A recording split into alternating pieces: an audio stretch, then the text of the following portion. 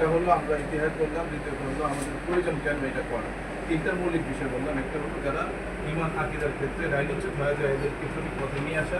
2 নম্বর হলো যারা শারীরিকভাবে অসুস্থতা বা বিভিন্ন পেরেশানির কারণে অসুবিধায় পড়ে এদেরকে সহযোগিতা করা। 3 নম্বর হলো যারা ফারিক হওয়ার পরে চাকরি বাকরি পাওয়ার ক্ষেত্রে অসুবিধা হয় এদেরকে ফিরিয়ে নিয়ে আসে। এরপরে মূল পয়েন্টে যে 3 নম্বর বিষয়, এটা কর্মপন্থা কী হবে, কীভাবে আমরা এটাকে অ্যারেঞ্জ করবো বা মিলিয়ে নিয়ে আসবো। 1 নম্বর হলো কোনো কোনো মাদ্রাসার বয়স এক এক রকম হতে পারে। যেমন আমরা এখানে 1980 সালে এই মাদ্রাসা প্রতিষ্ঠা হয়, এখন 2025 চলে, প্রায় 45 বছর হয়েছে। তো এই ক্ষেত্রে আমরা প্রথমে চেষ্টা করবো যে এটা কীভাবে মিলানো যায়। আমার পরামর্শ হলো এই ক্ষেত্রে যে আমরা যথাসাধ্য চেষ্টা করবো প্রথমের দিক থেকে, যেমন 80-র দশক থেকে যেগুলো শুরু হয়েছে, 80 থেকে নিয়ে 2000 পর্যন্ত এই সময়টা ছিল হলো অনুন্নত সময়। যোগাযোগ ব্যবস্থা এতটা ভালো ছিল না। 2000 পর থেকে মোটামুটি যোগাযোগ ব্যবস্থা ভালো হয়ে গেছে, টেলিফোন মোবাইলের যুগ এসে গেছে। তো 80 থেকে নিয়ে 2000 পর্যন্ত এই 20 বছরে আমরা চেষ্টা করবো যে অন্ততপক্ষে 10 বছর পরে 80 থেকে নিয়ে 90 যারা ফারেক হয়েছে এদেরকে নিয়ে আমরা একটা বৈঠক করা। এরপরে 91 থেকে নিয়ে 2000 পর্যন্ত এদেরকে নিয়ে একটা বৈঠক করা, যতটুকু সম্ভব যারা আছে তাদেরকে বের করে একটা বৈঠক করা, 2টা বৈঠক। এরপরে আমরা 2001 থেকে নিয়ে 2025 পর্যন্ত আমরা 25 পর্যন্ত যাবো না, 2001 থেকে নিয়ে 2015 পর্যন্ত ছাত্ররা মোবাইল ব্যবহার করেনি। 15 পর থেকে এটা আম হয়ে গেছে ছাত্রদের কাছে, তখন সকল মোবাইল আছে। তো ওই ক্ষেত্রে আমরা 5 বছর করে এই ছাত্রদেরকে আমরা একত্রিত করি।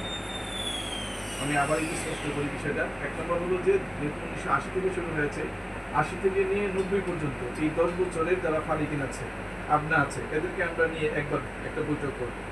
91 থেকে নিয়ে 2000 পর্যন্ত এই সময়ের মধ্যে যারা ফারিক হয়েছে, আপনা আছে, এদেরকে নিয়ে একটা বৈঠক করবো। এরপরে হলো 2001 থেকে নিয়ে 2005 পর্যন্ত, 2006 থেকে নিয়ে 2010 পর্যন্ত এবং 2011 থেকে নিয়ে 2015 পর্যন্ত।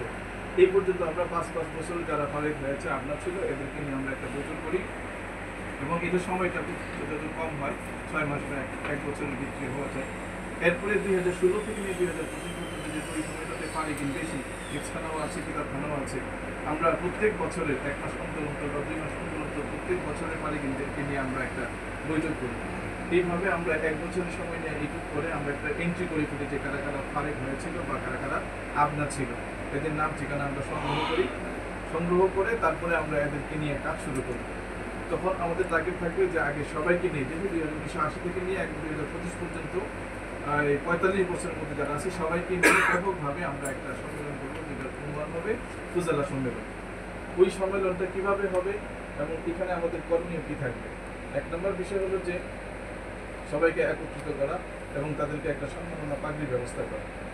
2 নম্বর বিষয় হলো যে এখানে 1980 থেকে নিয়ে 2025 পর্যন্ত যেই সকল আসাতেজা কেরাম এখান থেকে এখানে পড়িয়েছেন, শিক্ষকতা করেছেন, হয় ইন্তেকাল করেছেন অথবা এখান থেকে চলে গেছেন, তাদেরকে আমরা সম্মাননা দেওয়া। যারা ইন্তেকাল করেছেন তাদেরকে মরণোত্তর সম্মাননা, এটা তাদের পরিবারকে গ্রহণ করলো। আর যারা আছে তাদেরকে আমরা সাথে দাওয়াত দিয়ে আমরা মাদ্রাসায় নিয়ে এসে এটা হলো আসাতেজা কেরাম। 3 নম্বর বিষয় হলো পর্যন্ত এইসব করে মানুষের অনেক অবদান আছে এবং তাদের প্রচেষ্টাই এই মাদ্রাসায় এই পর্যন্ত এগিয়ে আসছে। এদের মধ্যে থেকে যারা কমিটিতে হোক বা বড় ধরনের ভূমিকা রেখে যারা হোক, যেমন হোসেন সাহেব, আমরা ছোটবেলা থেকে ওনার নাম শুনেছি, ব্যবসায়ী হোসেন সাহেব, উনি কমিটিতে নাই কিন্তু যথেষ্ট পরিমাণে অবদান ছিলেন, অ্যাক্টিভ ছিলেন না। এই জাতীয় যারা আছে ওনাদেরকে আমরা এই সম্মাননা দেওয়া, জি এদেরকে আমরা একটা সম্মাননা দেওয়া, আমাদের উপজেলাদের তরফ থেকে এই সম্মাননা দেওয়া। 3 নম্বর হলো আমাদের 1980 থেকে নিয়ে 2025 পর্যন্ত এই মাদ্রাসার ফারিকিন যারা আছে, দেশের বড় ধরনের ক্ষেত্রে যারা নিয়োজিত আছে, এটা হলো মানে ওনাদের জন্য না, এটা হলো এই মাদ্রাসার গৌরব হিসেবে যে এখান থেকে ফারিক হওয়ার পরে আমাদের এখানকার সন্তানরা দেশের এই ক্ষেত্রে বা এই অবস্থানে তারা আছে, এখান থেকে ফারিক হয়ে এদেরকেও একটা সম্মাননা দেওয়া, এটা মাদ্রাসার সম্মান হবে। এখানকার ছাত্ররা এই যে দেশের এত বড় আছে, এটাই মাদ্রাসার কিসের জন্য, এইভাবে যদি আমরা এগিয়ে নিয়ে যাই। তো এরপরে আসে আমরা যে সম্মেলনটা আমরা করবো, এই সম্মেলনের মধ্যে আমাদের থাকবে স্মৃতি হিসাবে কি কি থাকবে। আমরা আমাদের যে 1980 থেকে নিয়ে 25 পর্যন্ত যে সকল ভাইয়েরা পারে করছে, ওনাদের নাম ঠিকানা এই একটা সম্বলিত একটা ডায়েরি বা একটা স্মৃতি স্মারক করবো, যেটার মধ্যে ওনাদের নাম ঠিকানা থাকবে এবং প্রয়োজনীয় আরও যা কিছু আছে এগুলো থাকবে। এটা করার সময় নেবে। এটা করলে এটা মাদ্রাসায় সংরক্ষণ থাকবে, প্রত্যেকের কাছে সংরক্ষণ থাকবে, এটা অনেক ভালো হবে।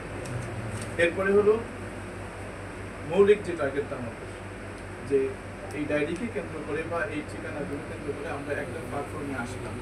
এরপরে আমরা চেষ্টা করব যে প্রত্যেক বছর সেটা তখন মাহফিল কেন্দ্রিক হতে পারে, মাহফিল ছাড়াও হতে পারে, যে যারাই উপস্থিত হয় এদেরকে নিয়ে আমাদের এটা মানে অ্যাক্টিভ রাখা, চলমান রাখা। এবং সবচেয়ে বড় স্বার্থ দেখতে হবে আমার এই প্রতিষ্ঠানটা আল্লাহ না করুক আজকে হয়তো বা পরিবেশ মোয়াফেক আছে, এই কারণে আমরা প্রতিষ্ঠানের গতিতে চলতেছে। প্রধান আকাশটা কোনো এক সময় এরকম পরিস্থিতি আসতে পারে যে প্রতিষ্ঠানগুলো টিকিয়ে রাখাই দায় হয়ে যাবে। ওই ক্ষেত্রে আমরা যেন সক্রিয় ভূমিকা পালন করতে পারি, প্রতিষ্ঠানের উপর কেউ যেন কোনো বদনজর দিতে না পারে, এই ক্ষেত্রে আমরা এই কয়েকটা কথা আমি অবশ্যই